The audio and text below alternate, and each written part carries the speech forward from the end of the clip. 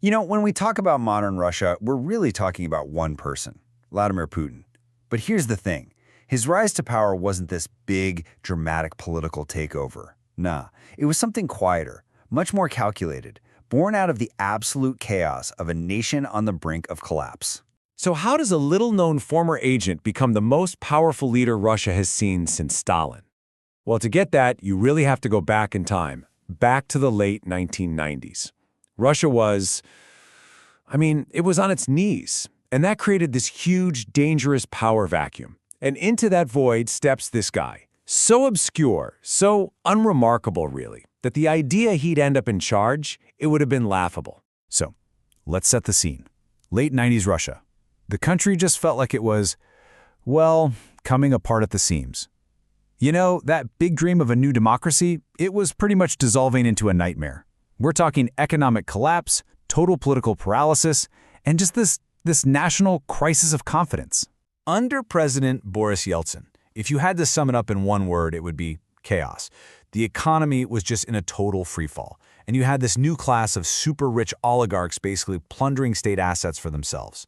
Russia felt weak, and the people, they felt humiliated. They were absolutely desperate for some kind of order, and Putin, he was about to promise them exactly that. And then, you hit the breaking point, the 1998 financial crash.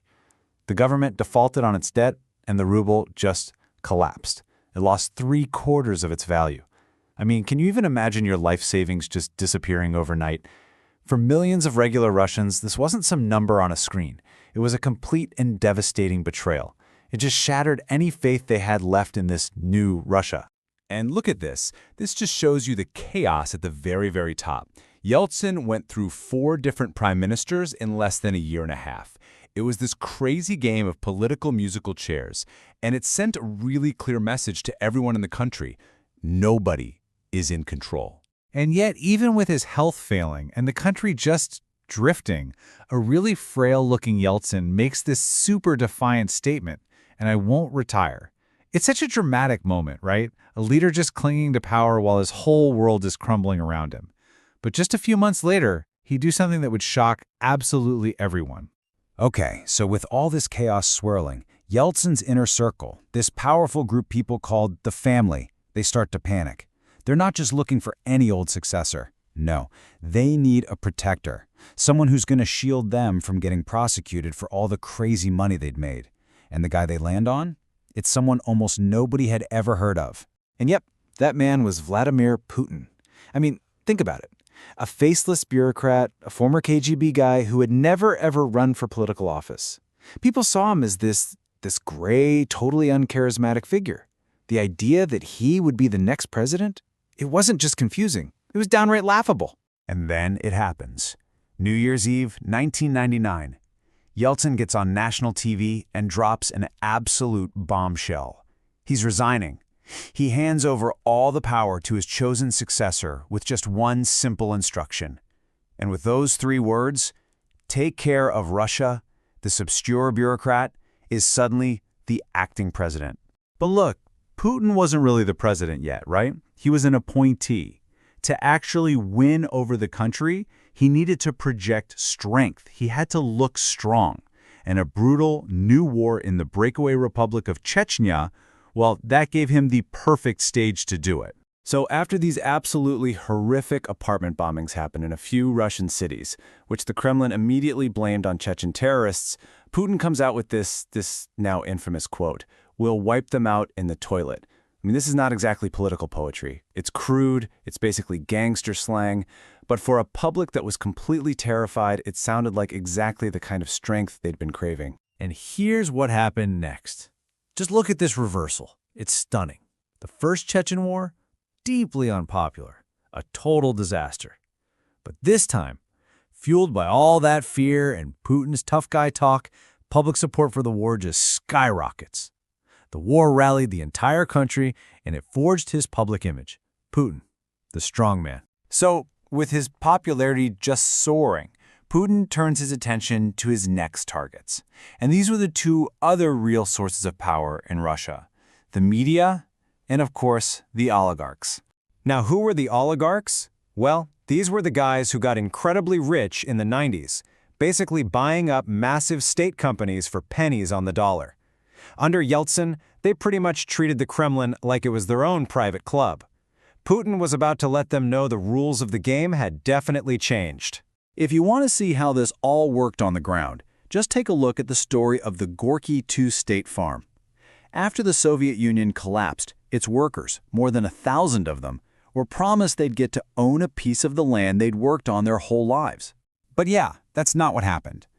As the son of one of the workers said, they betrayed us. Through what was alleged to be forgery and intimidation, these regular people lost everything.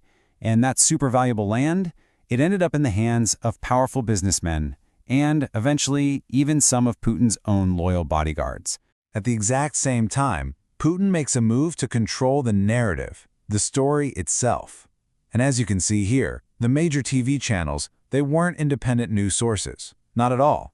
They were basically the personal playthings of powerful oligarchs.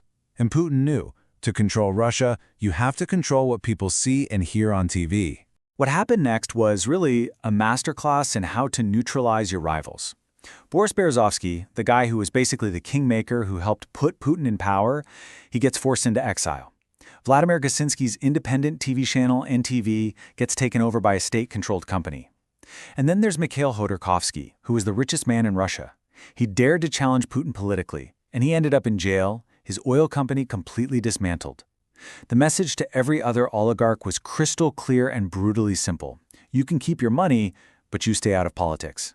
So through this combination of war, media control, and taming the oligarchs, Putin wasn't just, winning an election. He was building an entirely new system of power from the ground up. And this is it. This is the Putin playbook, and he executed it with incredible speed. Step 1, seize the narrative by controlling TV. Step 2, neutralize all your potential rivals. Step 3, centralize all authority into what he called a power vertical. And step 4, use military action and national pride to rally support. That's the formula, right there. It's what would define his entire rule. And in Putin's own mind, this wasn't some kind of hostile takeover. This quote here really gets to his core belief. He said he was just restoring Russia's genetic code, this idea of a super-centralized state with one strong leader firmly at the top. So from his perspective, he was restoring order, not destroying democracy. And really, this is the key takeaway from all of this. Those early moves, they weren't just about winning one election. They laid the entire foundation for everything that came after. The system that Putin built in just his first few months, built on total control of the narrative, personal loyalty, and projecting national strength, that's the exact same system that defines Russia today. Which, of course, leaves us with a final and pretty unsettling question. When a system is built so completely around one single person, its biggest strength, that's stability, also becomes its greatest vulnerability. So what happens to Russia when the man who forged its entire modern identity is no longer there?